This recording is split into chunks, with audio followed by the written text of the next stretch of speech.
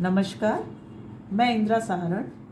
ई व्याख्यान की श्रृंखला में फाइलम कॉर्डेटा के वर्गीकरण और सामान्य जानकारियों को आगे बढ़ाते हुए कल एक नोट्स मैंने आपको पोस्ट किए थे जिसमें एक क्रेनिएटा और क्रेनिएटा का बेसिक डिफरेंस जो है उसके बारे में कुछ जानकारियां थी।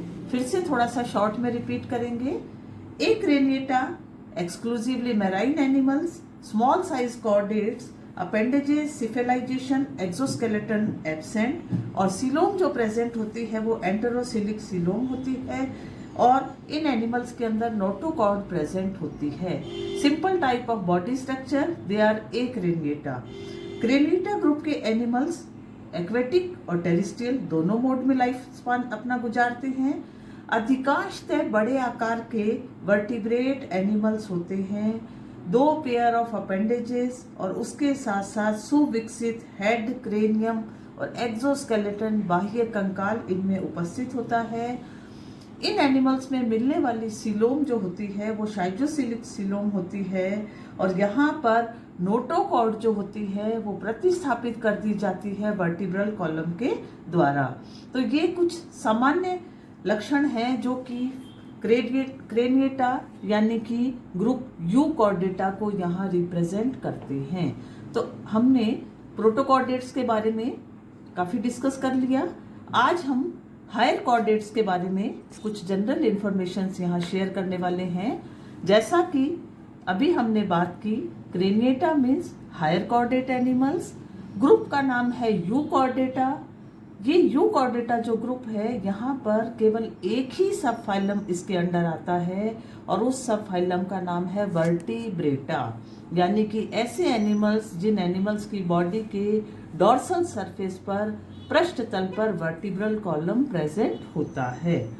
सारे ही मॉडर्न कॉर्डेट्स हैं स्ट्रक्चरल ऑर्गेनाइजेशन की दृष्टि से, लेकिन जितने भी वर्टिब्रेट एनिमल्स यहाँ पर प्रेजेंट होते हैं उनमें फर्दर एक विभेदित लक्षण जो है वो सामान्यतः देखने को मिलता है और उस विभेदित लक्षण के आधार पर सब फाइलम वर्टिब्रेटा को फिर से 2 डिविजन्स में यहाँ पर डिवाइड किया गया है। पहला विभाजन जो है उस ग्रुप के एनिमल्स जो होते हैं उन्हें एग्नाथा ग्रुप एनिमल्स के नाम से जाना जाता है।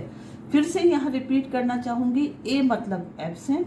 ग्नाथा वर्ड जो है ये जबड़े या जॉस को निरूपित करता है। तो यहाँ पर सब फाइलम वर्टिब्रेटा के अंडर आने वाले कुछ एनिमल्स जो होते हैं उनके माउथ वाले रीजन में जबड़े नहीं पाए जाते हैं।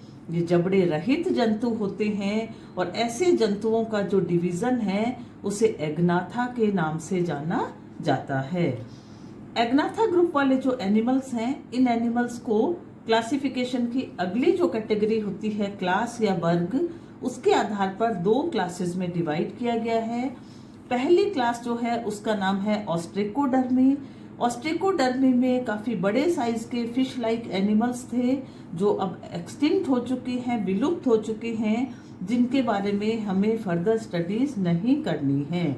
दूसरी इंपॉर्टेंट क्लास जो सब फाइलम वर्टिब्रेटा डिवीजन एग्नाथा के अंडर आती है उसका नाम है साइक्लोस्टोमेटा। फिर से इस वर्ड पर ध्यान देंगे। Cyclo means circular, stomata means opening. ऐसे एनिमल जिन एनिमल्स के अंदर माउथ जो होता है वो वृत्ताकार संरचना वाला होता है, सर्कुलर स्ट्रक्चर वाला माउथ प्रेजेंट होता है लेकिन जबड़े उपस्थित नहीं होते हैं, उन एनिमल्स को क्लास साइक्लोस्टोमेटा में रखा जाता है। देखने में फिश लाइक एनिमल्स होते हैं लेकिन मछलियां नहीं होती हैं। तो ये था सब फाइलम वर्टिब्रेटा के अंतर्गत एग्नाथा समूह के जो जंतु हैं उनकी एक सामान्य जानकारी और उनका वर्गीकरण। आगे बढ़ते हुए अब हम पहुंचते हैं मोस्ट इम्पॉर्टेंट वर्टिब्रेट्स की तरफ, जो कि लैंड पर बहुत मोटे एरिया को जिन्होंने ऑक्यूपाई कर रखा है। इन जंतुओं का जो डिवीजन है उसे ग्नैथोस्टोमेटा के नाम से जाना जाता है। ग्नैथो फिर से जॉस को रिप्रेजेंट करता है। वो सभी जंतु जिन जंतुओं में मुख वाले रीजन के अंदर जॉस प्रेजेंट होते हैं, माउथ रीजन में जबड़े उपस्थित होते हैं। इन जंतुओं को जॉड एनिमल्स के नाम से जाना जाता है। और सब फाइलम वर्टिब्रेटा में ग्नैथोस्टोमेटा जो है एक इम्पॉर्टेंट यहाँ पर एनिमल्स का ग्रुप है। ग्नैथोस्टोमेटा के अंडर आने वाले जितने भी एनिमल्स हैं उन एनिमल्स को यहाँ पर क्लास या वर्ग में विभेदित करने से पहले दो सुपर क्लासेस या अधिवर्ग में विभाजित किया गया है।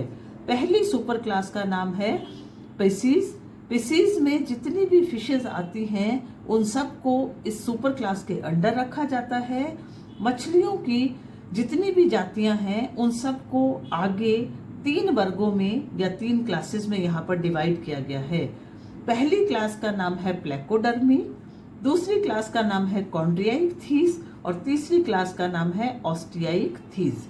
तो इस तरीके से सुपर क्लास स्पीसीज जो है वो फर्दर 3 क्लासेस में यहाँ पर डिवाइड है। इनकी डिटेल्स जो हैं वो हम आगे के लेक्चर्स में डिस्कस करेंगे।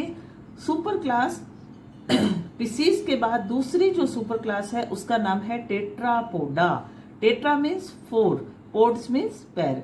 ऐसे जंतु जिन जंतुओं के पास 2 पेयर ऑफ लिम्स प्रेजेंट होते हैं वो सारे के सारे एनिमल्स जो हैं वो सुपर क्लास टेट्रापोडा के अंडर आते हैं।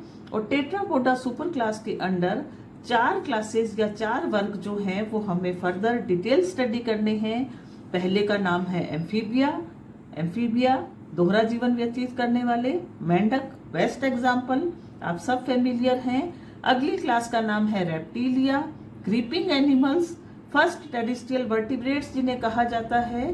तीसरी क्लास जो है वो पक्षी वर्ग है जिन्हें एविस के नाम से जाना जाता है। और चौथा सबसे प्राइम इम्पॉर्टेंट हम सब का जो ग्रुप है क्लास मेमिलिया, जिसमें सबसे सुविकसित प्रकार के वर्टिब्रेट एनिमल्स जो होते हैं वो शामिल होते हैं। तो ये थी एक आउटलाइन आइडिया कॉर्डेट क्लासिफिकेशन का। प्रीवियसली हमने एक्रेनिएटा डिस्कस किया था, आज हमने क्रेनिएटा डिस्कस किया है और इसके बाद हम इस क्लासिफिकेशन की डिटेल्स को आगे लेकर के चलेंगे। धन्यवाद।